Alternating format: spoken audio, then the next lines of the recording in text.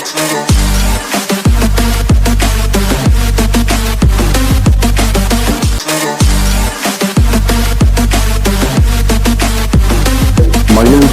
நேயர்களுக்கு அனைவருக்கும் அன்பான வணக்கத்தை தெரிவித்துக் கொள்கிறேன். அதாவது இன்னைக்கு மத்திய அரசு கொண்டு வந்த சட்ட திருத்தங்களை எல்லா மாநிலங்களும் ஏற்றுக்கொண்டன. அது நல்ல விஷயம். அது தமிழ்நாடு அரசும் கிட்டத்தட்ட எல்லாம் ஏற்றுக்கொண்ட மாதிரி நிலைமையில இருக்குது. சில அமைப்புகள் அதை எதிர்த்து பண்றாங்க. ஆனா உண்மையிலே சட்டம் திருத்தப்பட வேண்டிய சட்டம் நம்ம நாட்டுல நிறையவே இருக்குது. பொதுவா என்னன்னா, இப்ப மந்திரிகள் சிறைக்கு போறாங்க. அவங்க வெளியில வராங்க. வெளியில வந்ததுமே மீண்டும் அதே அமைச்சரவையில நம்ம நாட்டுல பதவியேற்ற உட்கார்ந்துடுறாங்க. அப்ப சாமானியனோட கேள்வி என்னதான் இருக்கு அப்படின்னு சொன்னா, இந்த மந்திரி சிறைக்கு போனாரு, பல கோடி ரூபாய் கொள்ளையடிச்சாருன்னு சொல்லி பத்திரிகையில பாக்குறாங்க. அதே நேரத்துல இந்த மந்திரி வெளியே வந்ததுமே அவளுக்கு பெரிய பாராட்டு மாலைகள் எல்லாம் போட்டு அதே இடத்துல அமர வைக்கிறாங்க. அப்படி சொல்லி இந்த ஏழைகளும் சாமானியர்களும் இன்னைக்கு கேள்வி எழுப்பிட்டு இருக்காங்க கிராமப்புறங்கள்ல.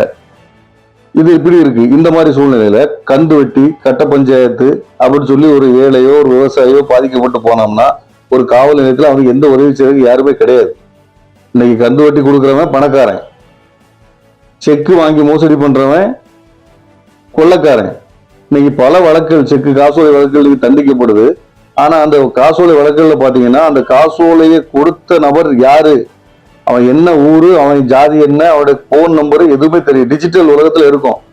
அது கூட தெரியாத அளவுக்கு இருந்தா கூட அவங்க தண்டிக்கப்படுறாங்க. காரணம் சட்டம் அப்படி இருக்குது. அப்போ இந்த காசோலையை பயன்படுத்துறாங்க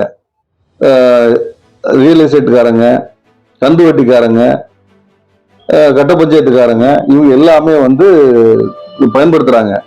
அதே போல சின்ன சின்ன பைனான்ஸ் அமைப்புகள்லாம் என்ன பண்றாங்கன்னா, இவங்க முதல்ல இந்த பைனான்ஸ் கொடுக்கும்போது வாங்குற காசோலையை ஒரு நபர்கிட்ட கொடுத்து போட வைக்கிறாங்க. போட வச்சு இந்த மாதிரி வசூல் பண்றாங்க. வட்டிக்கு வசூல் பண்றாங்க, கந்து வட்டி வசூல் பண்றாங்க. இந்த மாதிரி ஏழைகள் நசுக்கப்படுறாங்க. அப்போ இந்த நாட்டுல திருத்தப்பட வேண்டிய சட்டங்கள் இன்னும் ஏராளமா இருக்குது.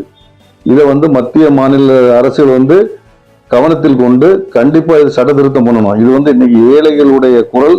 இந்த சட்டம் திருத்தம் பண்ணணும் அப்படிங்கிறது ஒரு அவைய குரலாவே இருக்கு. அதையும் தாண்டி பாத்தீங்கன்னா, இந்த அரசியல்வாதிகளுக்கு ஒரு சட்டம், சாமானியனுக்கு ஒரு சட்டம். அப்ப சாமானியன் ஏங்குறான்.